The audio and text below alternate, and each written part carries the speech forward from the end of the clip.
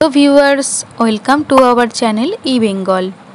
আমরা জানি যে কোনো ভাষা শিক্ষার আগেই আমাদের বর্ণের সঙ্গে পরিচয় ঘটাতে হয়। অর্থাৎ আমরা যদি না বর্ণ সম্পর্কে জ্ঞান অর্জন করি তাহলে কি হবে, আমরা কোনো ভাষা শিখতে পারবো না। তাই আমরা এই বাংলা ভাষা শেখার আগেই আমাদের বাংলার বর্ণগুলি সম্পর্কে জানতে হয়েছে।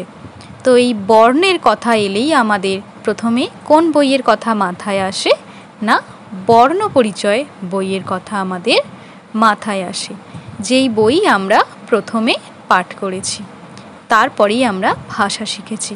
আর এই বর্ণ পরিচয় বইয়ের কথা এলেই আমাদের বর্ণ পরিচয় প্রণেতা ঈশ্বরচন্দ্র বিদ্যাসাগরের কথা আসে। আর এই ঈশ্বরচন্দ্র বিদ্যাসাগর সম্পর্কেই আজ আমরা জানব। অর্থাৎ আজকে আমাদের পাঠ্য বিষয় থাকছে ঈশ্বরচন্দ্র বিদ্যাসাগর। তাহলে চলো আমরা ঈশ্বরচন্দ্র বিদ্যাসাগর সম্পর্কে জেনে নিই আজকের পাঠ্যটি। প্রথমেই দেখো বলা হয়েছে 1820 খ্রিস্টাব্দে মেদিনীপুর মণ্ডলান্তর্গতে বীরসিংহ গ্রামে ঈশ্বরচন্দ্র বন্দ্যোপাধ্যায় জায়তে স্ম। বলছে 1820 খ্রিস্টাব্দে মেদিনীপুরের অন্তর্গত গ্রামে, কি গ্রাম না বীরসিংহ গ্রামে, ঈশ্বরচন্দ্র বন্দ্যোপাধ্যায় জন্মগ্রহণ করে। এখানে দেখো বলা হয়েছে গ্রামে, গ্রামে পদটিতে অধিকরণ কারকে সপ্তমী বিভক্তি হয়েছে, কারণ কোনো স্থানে থাকা বোঝানো হয়েছে, তাই এখানে অধিকরণ কারক হয়েছে। আর কি আছে জায়তে স্ম, এখানে জায়তে এই পদটির প্রকৃতি প্রত্যয় করলে হবে জন যুক্ত লট যুক্ত টি, জায়তে। আর এখানে স্ম আছে, তাই কি হয়ে যাবে স্ম যোগে, কারণ অতীতকাল বোঝানো হয়েছে, তাই এখানে জায়তে স্ম বলা হয়েছে, কারণ বলা হয়েছে যে জন্মগ্রহণ করেছিলেন, তাই অতীতকাল। তস্য পিতুর নাম ঠাকুরদাসঃ বন্দ্যোপাধ্যায়, মাতা চ ভগবতী দেবী অস্তি স্ম। বলা হয়েছে তস্য পিতুর নাম, অর্থাৎ তস্য মানে তার, তাহলে তার পিতার নাম ঠাকুরদাস বন্দ্যোপাধ্যায় এবং মাতা ভগবতী দেবী। এখানে অস্তি স্ম আছে, অর্থাৎ অতীতকালে আছে, কারণ আমরা জেনেছিলাম স্ম যোগে অতীতকাল হয়।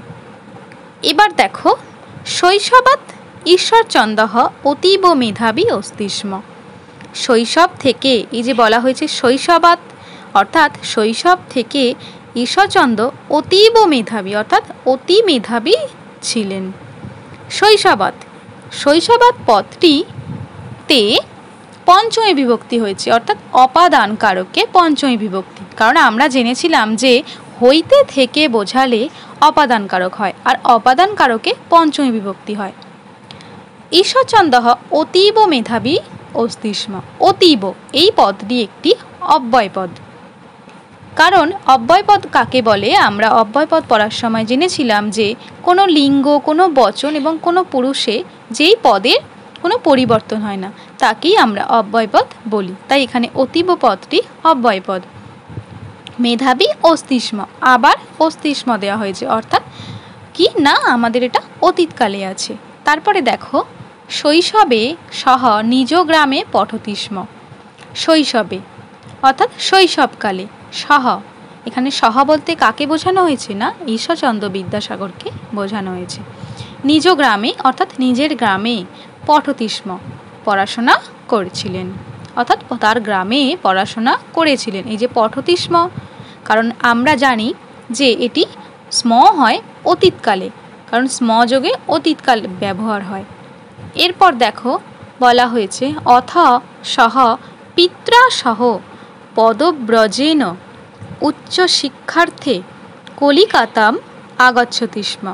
অথ অর্থাৎ এরপর, এই অথ পদটি একটি অব্যয়পদ, বলছে এরপর সহ অর্থাৎ বিদ্যাসাগর, পিত্রা সহ অর্থাৎ পিতার সঙ্গে, পদব্রজেন, পদব্রজেন কথাটির অর্থ হচ্ছে পায়ে হেঁটে, উচ্চ শিক্ষার্থে অর্থাৎ উচ্চ শিক্ষার জন্য কলিকাতাম আগচ্ছতি স্ম, কলিকাতায় এসেছিলেন। এই যে আগচ্ছতি অর্থাৎ এসেছিলেন, আমরা জানি গচ্ছতি অর্থাৎ যাওয়া বোঝায়, আর আগচ্ছতি অর্থাৎ আসা বোঝায়। তাহলে কলিকাতায় এসেছিলেন। আর স্মযোগে আছে অতীতকাল, এবং আমরা তো প্রথমেই জানি যে বিদ্যাসাগরের কথা যখন পড়ছি তখন এটি অতীতকাল সম্পর্কেই বলা হয়েছে, কারণ এটি অতীতে বিদ্যাসাগরের কথা বলা হয়েছে, কারণ বিদ্যাসাগর তো এখন বর্তমান নেই। এবার দেখো বলা হয়েছে যে কালক্রমেণ, এই কালক্রমেণ পদটিতে তৃতীয়া বিভক্তি হয়েছে। কালক্রমেণ সহ কলিকাতায়াঃ সংস্কৃত মহাবিদ্যালয়স্য অধ্যক্ষং ভবতি স্ম।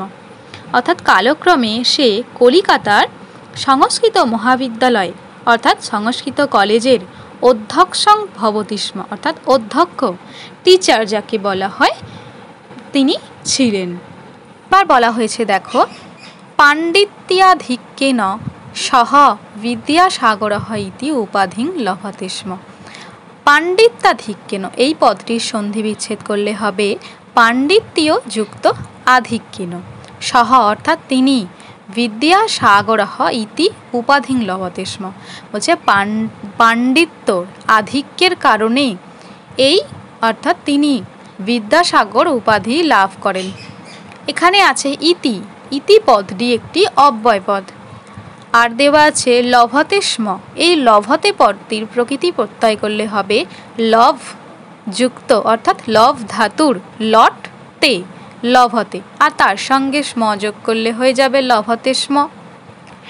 এবার দেখো তস্য চরিত্রে পিতু মাতুঃ গুণানাং প্রভাব বিদ্যতে স্ম, বলছে তস্য চরিত্রে, তস্য অর্থাৎ তার চরিত্রে, পিতু মাতুঃ অর্থাৎ পিতা মাতার, গুণানাং প্রভাব বিদ্যতে স্ম, অর্থাৎ গুণ এবং প্রভাব, ওই গুণের প্রভাব বিরাজ করছে। দুর্গতান প্রতি তস্য করুণা অতুলনীয়া আসিত, বলছে দুর্গতান প্রতি অর্থাৎ দুর্গত মানুষদের প্রতি আর করুণা ছিল অতুলনীয়। ঈশ্বরচন্দ্র যথা বিদ্যায়াঃ সাগরাঃ তথা দয়ায়া অপি সাগর আসিত, বলছে ঈশ্বরচন্দ্র যেমন বিদ্যার সাগর তেমনি দয়ারও সাগর ছিলেন।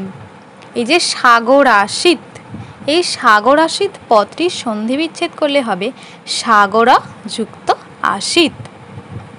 এবার দেখো অতঃ সহ করুণা সাগরঃ ইতি কথিতঃ, বলছে এরপর তিনি করুণা সাগর নামে কথিত ছিলেন, অর্থাৎ করুণা সাগর নামে তিনি পরিচিত। পরে বলা হয়েছে যে নিরক্ষরতা দূরীকরণায় স মহতি প্রচেষ্টাং করতি স্ম, বলছে যে নিরক্ষরতা অর্থাৎ অক্ষর জ্ঞান যাদের নেই, এই নিরক্ষরতা দূরীকরণের জন্য স মহতি প্রচেষ্টাং করতি স্ম, বলছে তিনি মহৎ প্রচেষ্টা করেছিলেন। এই যে করতি, এটি ক্রিধাতুর রূপ, করতি স্ম অর্থাৎ করেছিলেন। তারপরে দেখো বলা হয়েছে বর্ণ পরিচয়ঃ বোধোদয়ঃ বেতাল পঞ্চবিংশতিঃ সংস্কৃত ব্যাকরণ উপক্রমণিকা আদি বহুনি পুস্তকানি বঙ্গভাষায়াং স রচয়তি স্ম, অর্থাৎ বর্ণ পরিচয়, আমরা প্রথমেই বর্ণ পরিচয় আলোচনা করলাম, এরপর কি বোধোদয় আর বেতাল পঞ্চবিংশতি আর সংস্কৃত ব্যাকরণের উপক্রমণিকা, এই পুস্তকগুলি তিনি বঙ্গ ভাষায় রচনা করেছিলেন। আর কি করেছিলেন তিনি আমরা পরের লাইনে পড়ব।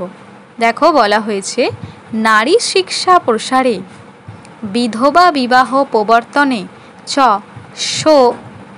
অতীব যত্নশীল অস্তি স্ম, বলছে নারী শিক্ষা প্রসারে অর্থাৎ নারীদের শিক্ষা প্রসারের জন্য, অর্থাৎ মেয়েদের যাতে মেয়েরা শিক্ষা গ্রহণ করতে পারে, আরও যাতে বিস্তার লাভ করে শিক্ষা, সেই জন্য তিনি নারী শিক্ষা প্রসারে এবং বিধবা বিবাহ প্রবর্তনে, বিধবাদের পুনরায় বিবাহ এই প্রথাটি প্রবর্তনের জন্য স অতীবহ, এই যে বলা হয়েছে পদটি দেখো অতীবহ, এটা সন্ধি বিচ্ছেদ করলে হয় স যুক্ত অতীবহ, তাই অতীবহ অর্থাৎ সে অতীব যত্নশীল অস্তিস্ম। এই বিষয়ে তিনি অতীব যত্নশীল ছিলেন। অতীব পদটি একটি অব্যয়পদ। আর কি বলা হয়েছে দেখো, বলছে অস্মাকম প্রাতঃস্মরণীয় আদর্শঃ পুরুষঃ বিদ্যাসাগরঃ কলিকাতায়াম 1891 খ্রিস্টাব্দে পরলোক গমনম করতি স্ম। বলছে অস্মাকম প্রাতঃস্মরণীয়, আমাদের অস্মাকম অর্থাৎ আমাদের এই প্রাতঃস্মরণীয় অর্থাৎ প্রাতঃস্মরণীয় আদর্শ পুরুষ, এই আদর্শ পুরুষ বিদ্যাসাগর কলিকাতায়াম অর্থাৎ কলিকাতায় 1891 খ্রিস্টাব্দে কি করেন না পরলোক গমনম করতি স্ম, পরলোক গমন করেছিলেন অর্থাৎ তিনি মারা গিয়েছিলেন। তাহলে আমরা ঈশ্বরচন্দ্র বিদ্যাসাগর সম্পর্কে সংক্ষেপে জানলাম। আমাদের এই পাঠ্যটি সপ্তম শ্রেণীর পাঠ্য। তো আমার পড়ানো যদি ভালো লেগে থাকে তাহলে অবশ্যই তোমরা লাইক করো এবং কমেন্ট করে জানিয়ে দাও কেমন লাগলো। আর তোমাদের যদি কোনো পাঠ্য বিষয় সম্পর্কে জানার থাকে বা সেই পাঠ্য বিষয়টি যদি পড়ার থাকে তাহলে তোমরা অবশ্যই কমেন্ট বক্সে কমেন্ট করে জানিয়ে দিও। আর অবশ্যই চ্যানেলটিকে সাবস্ক্রাইব করো এবং পাশে থাকা বেল আইকনটি প্রেস করে দাও।